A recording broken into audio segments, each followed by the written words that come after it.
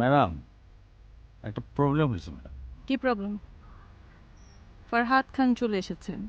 ফরাজ সাহেব এই ইউনিটে যতদিন থাকবে, এই সেট এসে যতদিন থাকবে, তুমি 100 হাত দূরে দূরে থাকবা তার কাছে। আমি ফরহাদ খান, আমি সেটে দাঁড়ালে অ্যাক্টিং হয়, ক্যামেরার সামনে দাঁড়াবো, ডায়লগ বলবো, ছবি রিলিজ, ছবি হিট, পাবলিক সিটি বাজাবে, হিট হিট হিট। সৌরভ চাচা যখনই বললেন যে একটা প্রবলেম হয়েছে, পাপিয়া ম্যাডাম সঙ্গে সঙ্গে বলে দিলেন যে ফরহাদ খান এসেছে নাকি। আমি হলে কখনো পারতাম না।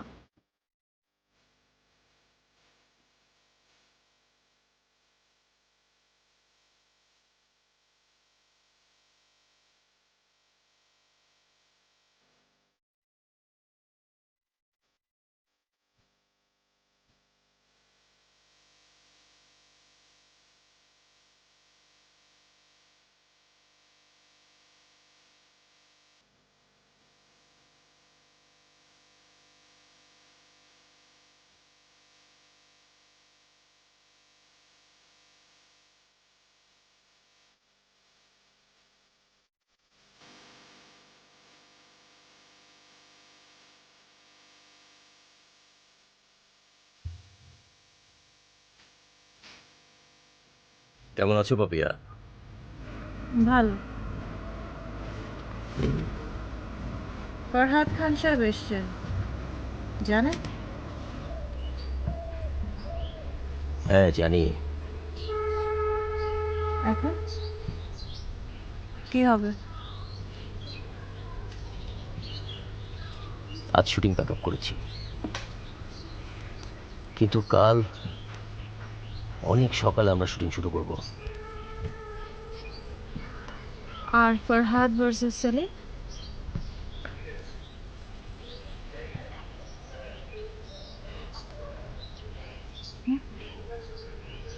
তা তুমি সময় মতোই জেনে যাবে।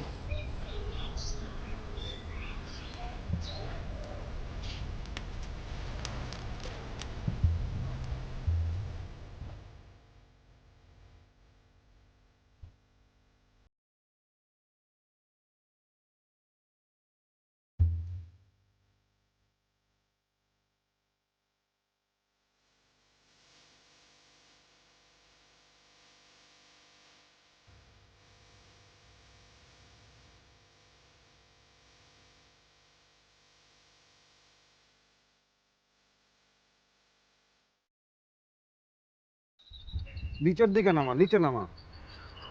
আরে আর একটু উপরে উঠা, উপরে উঠা। উপরে নিচে বুঝোস না, মাঝামাঝি জায়গায় রাখ। না খায় মনে হয় শেষ হয়ে গেছে এটা। এখানে রাখ, এনে রাখ।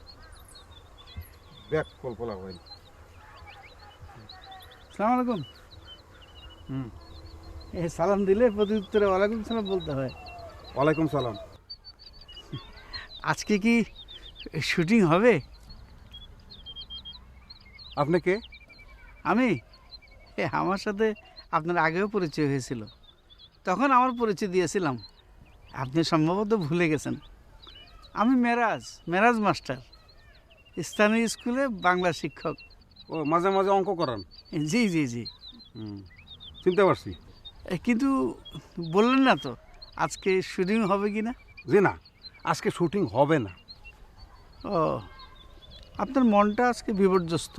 এই মিয়া, এই ফাজলিমি করতেছেন আপনি এখানে? আপনার মাস্টার মানুষ, মাস্টারি করেন গিয়া এই নাকি? কয়দিন ধরে আমাকে শুটিং বন্ধ, দেখেন না বসে রয়েছি, খালি প্যাস প্যাস করতে আসছেন। রঙ্গ করেন নাকি মিয়া? মার্জনা করবেন? না, মার্জনা করবো না। মার্জনা করার বিষয় এটা না, রঙ্গ করতে আসছেন এখানে না, রং তামাশা করতে আসছেন। যান তো, যান যান। ও, বুঝতে পেরেছি, আজকে শুটিং হবে না। কিন্তু ওই যে একজন উপনায়িকা আছেন না, দেখি ওনার মনটা আজকে বিপর্যস্ত কিনা, ওনার সাথে বাক্য বিনিময় করে আসি।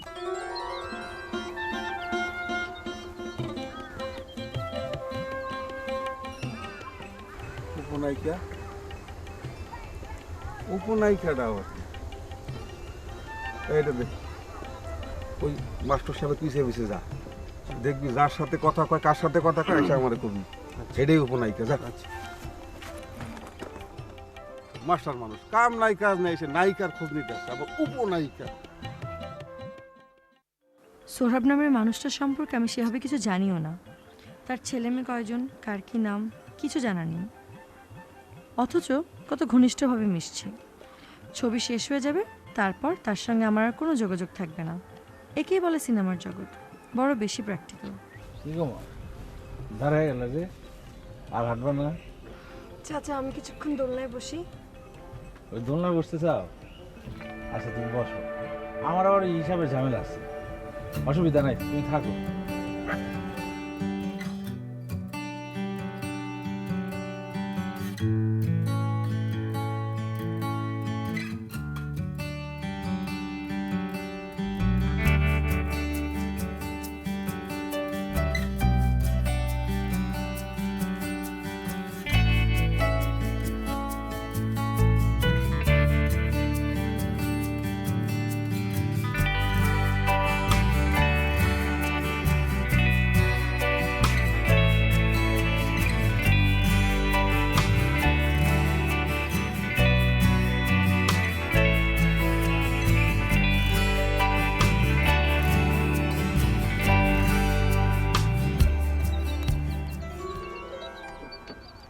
আই মে, কি এত চিন্তা করছো বলো তো? না না তেমন কিছু না। আমি বলবো তুমি কি চিন্তা করছিলে? কি চিন্তা করছিলাম? এই যে যে লোকটা তোমার সামনে দিয়ে হেঁটে গেল, তাকে নিয়ে গভীরভাবে চিন্তা করছিলে। ঠিক বলেছি? ঠিক বলেছো। তুমি সোহরাব চাচার সম্পর্কে কি জানো? যতটুকু জানার ততটুকু জানি, বেশি কিছু জানি না। তিনি হচ্ছে কথাকলি ফিল্মসের প্রোডাকশন ম্যানেজার। কালো মোটাসোটা একটা লোক, মাথায় চুল নেই, সবসময় ফতুয়া ধরনের জামা পরেন। আর তিনি খুব ব্যস্ত। ভাত খাবার আগে তার কাছে ছোট্ট একটা নোটবুক থাকে। তারপর আর কি জানো? তারপর উনি অসাধারণ একটা মানুষ। মাছের যেরকম হাজার হাজার চোখ থাকে, তারও সেরকম হাজার হাজার চোখ। তার চারপাশে কি হচ্ছে তিনি সব জানেন। সবই জানেন? সবই জানেন। তার আশেপাশে সবার কি সমস্যা এবং সমস্যাগুলো যতই জটিল হোক না কেন তার সমাধানও তিনি জানেন। তিনি এমনভাবে সমস্যার সমাধানগুলো করেন যে কেউ টেরই পায় না যে তিনি সমাধানগুলো করেছেন। আর রাগ বলে তার মধ্যে কোনো বস্তুই নেই। তিনি 24 ঘন্টা কাজ করতে পারেন। বুঝলাম। তারপর? তারপর আর কি, তিনি কাজের ফাঁকে ফাঁকে গল্প করতে খুব পছন্দ করেন। বিশেষ বিশেষ মানুষের সঙ্গে যে গল্প করেন তা না, তিনি সবার সঙ্গে গল্প করেন। যখন যার সঙ্গে গল্প করেন দেখলে মনে হয় তিনি তার প্রাণের বন্ধু। আর তিনি আমাকে আদর করে কী ডাকে জানো?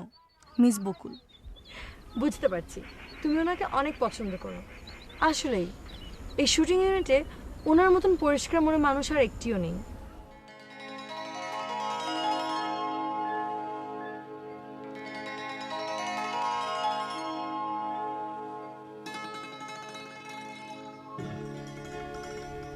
না না না না না না মেকআপ রুমটা কোন দিকে? AC room makeup room? জি এসি। এসি মেকআপ রুমটা কোন দিকে? ও হিরো যে কি কর না, এইসব এলাকা তো ইলেকট্রিসিটিই থাকে না, তার মধ্যে আবার এসি মেকআপ রুম। বাতি টিম টিম করে জ্বলে। তুমি কি কথা বলো না তোমার সাথে? মানে দিস ইজ দ্য রিজন আমি এই সমস্ত ছবি করতে চাই না। আউটডোর মানে হচ্ছে ব্যাংকক, মালয়েশিয়া, ফ্রান্স না, একটা অজপাড়া গায়ে সেট ফেলেছে। ওয়াও, মেকআপ রুম নেই, বাথরুমের কি অবস্থা? হাই কমোড, আমি যেতে পারবো বাথরুমে? আমি যেতে পারবো কি? আর কিছু? স্যারে বলছে shooting pack up. What? Why? জানি না আমি। Alright, okay, no problem, no problem. আচ্ছা মিজান ভাই আছে না? মিজান ভাই। ও জি জি আছে আছে, মিজান ভাই আছে।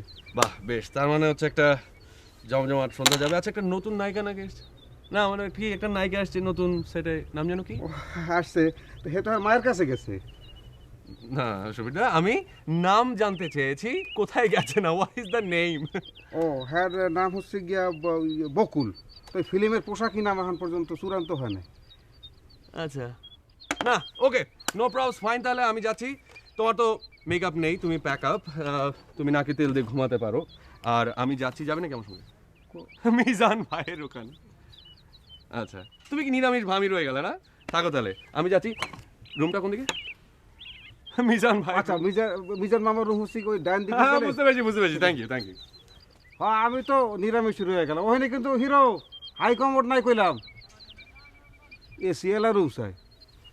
অজপাড়াগার মধ্যে এসে শুটিং করতে এসি এলা রুম। ফাইজলামের আর কোনো দিশা নেই, কিন্তু কত যাই লইলাই নেই, কখন জুড়ে গেল।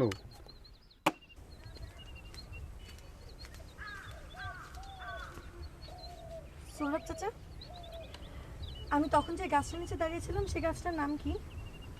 ও ওই গাছটার কথা জিজ্ঞেস করতেছ? ছাতিম গাছ? কেন হঠাৎ গাছের কথা কেন জিজ্ঞেস করতেছ? না চাচা, এমনিতে একজন অবশ্য বলেছিল ওটা কাঠবাদাম গাছ, কিন্তু আপনার ঠিক না তারটা ঠিক হয়ে গেল। তুমি বাইরে করতেছো কেন? তোমার না কইলাম যে তোমার মার শরীর খারাপ, তুমি যাও তোমার মার কাছে যাও। এই শোনো শোনো, এই রোদ দিয়া যাইবা কেমনে? আমি একটা ছাতির ব্যবস্থা করতেছি। এই প্রোডাকশন, চাচা কিচ্ছু ধরতে হবে না, আমি এমনিতে চলে যেতে পারবো। আসলে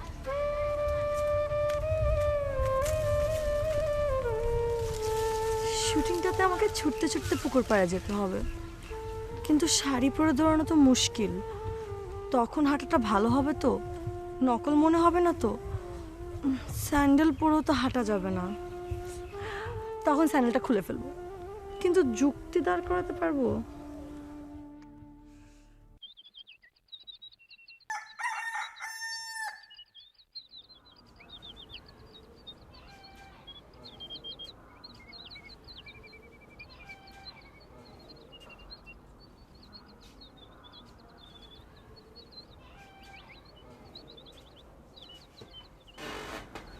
মা, লিপস্টিক তো খুবই বাজেভাবে লাগানো হয়েছে।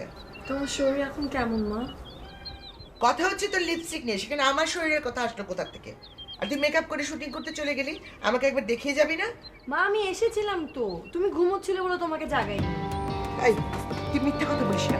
কেন মিথ্যা কথা বলিস? চুপ।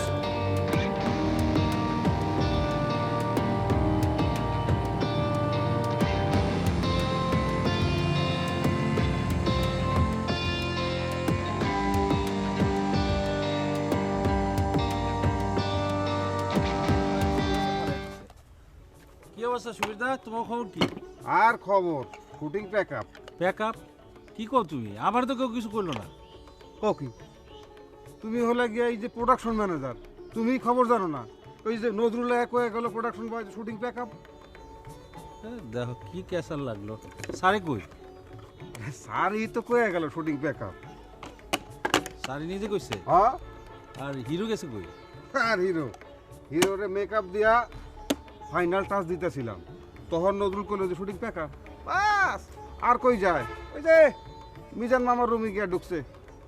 ভালো হয়েছে, সারাদিনে আর বাইরে না, বুঝছো? দুজনে বয়ে বয়ে এখন গিলবো। এইটা তো নিজেও বুঝতে পারি না। একদিক দিয়ে ভালো হয়েছে, বুঝছো না? বাইরে থাকলি কেসা এই হিরো হিরোইন পেইন, বুঝছো? আর সহ্য হয় না। কতবার সিদ্ধান্ত নিচ্ছি এই লাইন ছেড়ে দিব, পারলাম না।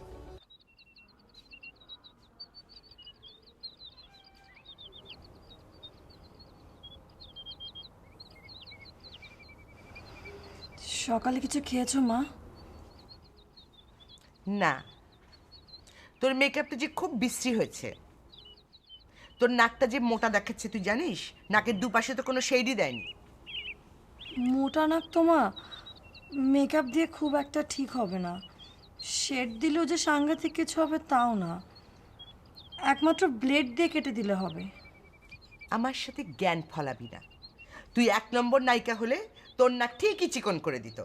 তুই 2 নম্বর নায়িকা, তোর নাক মোটা থাকবে, তাহলে 1 নম্বর নায়িকাকে অনেক সুন্দর দেখাবে। সবই ইচ্ছাকৃত।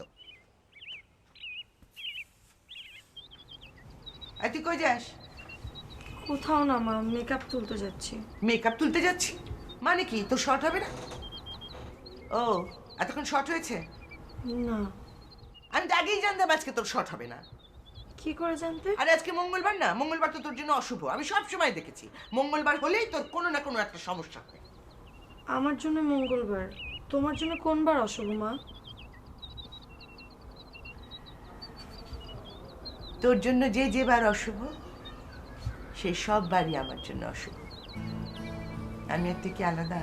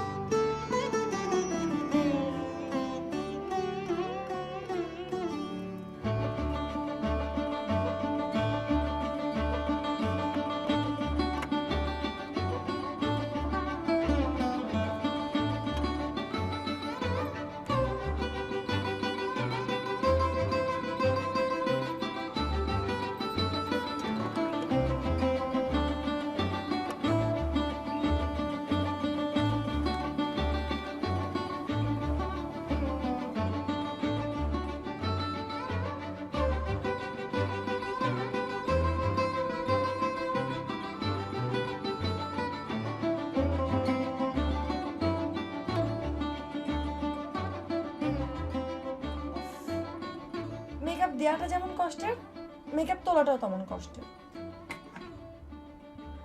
গ্লিসারিন দিয়ে ঘষে ঘষে মেকআপ ওঠাতে হয়, আবার বেশি জোরে ঘষা লাগলে চামড়া উঠে যায়, তখন খুব যন্ত্রণা হয়। আর সবচেয়ে কষ্টের হচ্ছে চোখের মেকআপ ওঠানো। চোখে ঘষা লাগলে চোখ অনেক জ্বলে। বাহ, আমাকে বেশ সুন্দর দেখাচ্ছে তো। কি মিষ্টি একটা মুখ, আমাকে তো মেকআপ ছাড়াও সুন্দর দেখায়। আচ্ছা, কেউ কি কোনোদিন এই সুন্দর মুখের দিকে তাকিয়ে বলবে, আমি এনে দেব তোমার উঠোনে 7টি অমরাবতী?